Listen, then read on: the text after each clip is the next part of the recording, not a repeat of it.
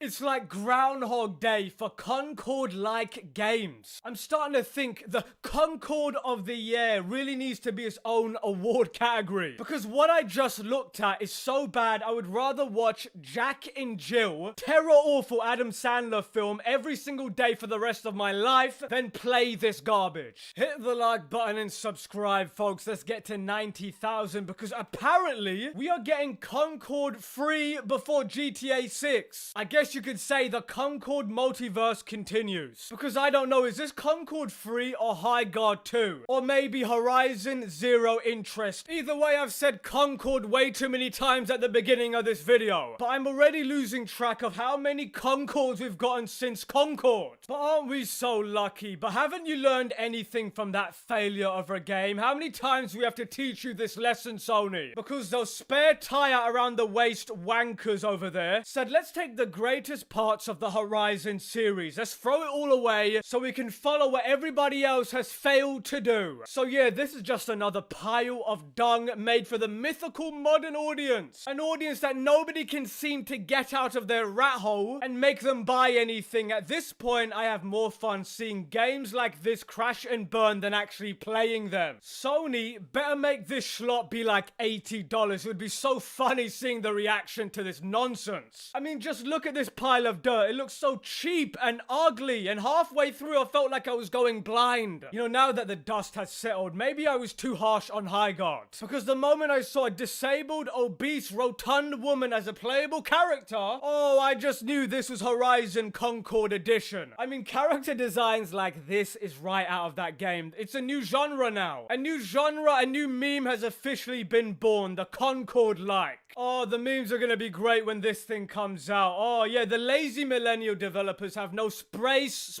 in their brains anymore. This turquoise, purple, pink color scheme says it all. Their brains are filled with this obsession with League of Legends and the purple Fortnite art style, where these people have somehow in the post-apocalyptic world have found vibrant hair dye. Whoop-de-doo, yay, good for them. Listen, meanwhile, Killzone and Infamous are just collecting dust. Apparently Sony and Guerrilla Games don't think that's worth bringing back. But because Sony loves Concord so much, they just won't quit. Has a single person on this planet ever asked for something like this? A game absolutely no one asked for. A complete waste of resources. Another dead on arrival game because they said, let's chase the trends and waste a decent single player studio. I think they're decent, I don't know anymore. But these developers are like, yes, let's make a bad multiplayer games title. Like I said, we could have gotten a new Killzone game or at least a remaster Killzone trilogy from these developers. But no, we can't have that, can we? After announcing a multiplayer Horizon game, the Guerrilla boss heads off live service complaints. We absolutely love making single player games and we're going to keep making them. Sony's like, you know what? We lost over $100 million with Concord. Doing that nonsense live service slot we made. Let's keep doing that trend. Let's keep it going. I just think Sony must have some kind of humiliation kink at this point. Anyway, Guerrilla wants everyone to know that they're still dedicated to the single player games. Despite the announcement of Horizon Hunters Gathering, if you've been paying attention to the PlayStation fanbase, over the last few years, you'll have no doubt see the fear caused by Sony seemingly focusing its efforts on multiplayer titles. Concord obviously had a lot of negativity surrounding it, as did the now cancelled Last of Us multiplayer project by Naughty Dog. And the news that the first game Bluepoint was working on under Sony was apparently a live service God of War game. I'm convinced, you know, that AAA companies hate money at this point. I mean, how many layoffs is it gonna take? Maybe 3/4 of their entire workforce getting completely laid off or even shut down. Will it take that for the CEOs to get the hint?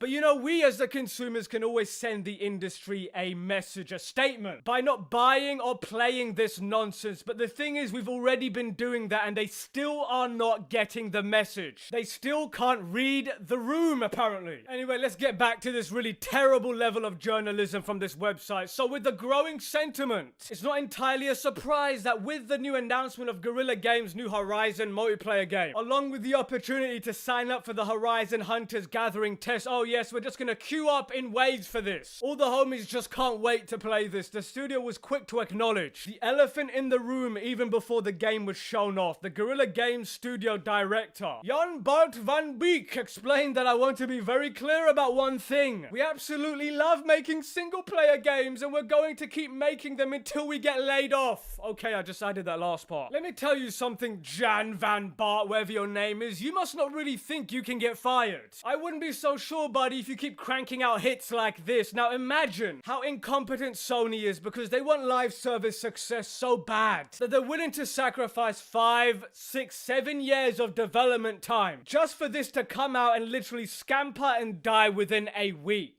Why are we being subject to games being developed for the lowest common denominator, chosen by a board of fart-sniffing executives driven by investors in an echo chamber, who have no clue what the gamers actually want? Who the hell thought this was appealing at all in the first place? I mean, come on, what a dumpster fire. At the very least, a serious lack of quality control. They're like, oh my god, we're gonna make our very own Fortnite, so we can have the chance to print unlimited money. Yeah, but the problem is this thing already looks like Fortnite. I can play that game if I wanted to. Why would I bother touching this? Anybody who touches this will probably catch every disease. And oh my god, there's a massive whale in the game. I saw this thing. It looks like a cross between a Boeing and a orca. Let's call it a boca because this thing is running at the speed of light like a locomotive train. Everybody get out of the way because someone explained to me how a character weighing like 900 pounds can be sprinting like the Flash with weapons and armor on. I don't know whether to laugh or actually cry at how pathetic and unimaginative this thing is. We got a big old beastly woman tank. That's exactly what every target market audience wants, huh? Because oh my goodness, she's just leaving me speechless. You know what's funny is that they're all fat in this world that is a post-apocalyptic Earth, where food is apparently very difficult to gather and come by. But I guess apparently in this universe, people don't really suffer from a lack of food. Anyway, he continues that single player is a huge part of who we are as a studio. However, Van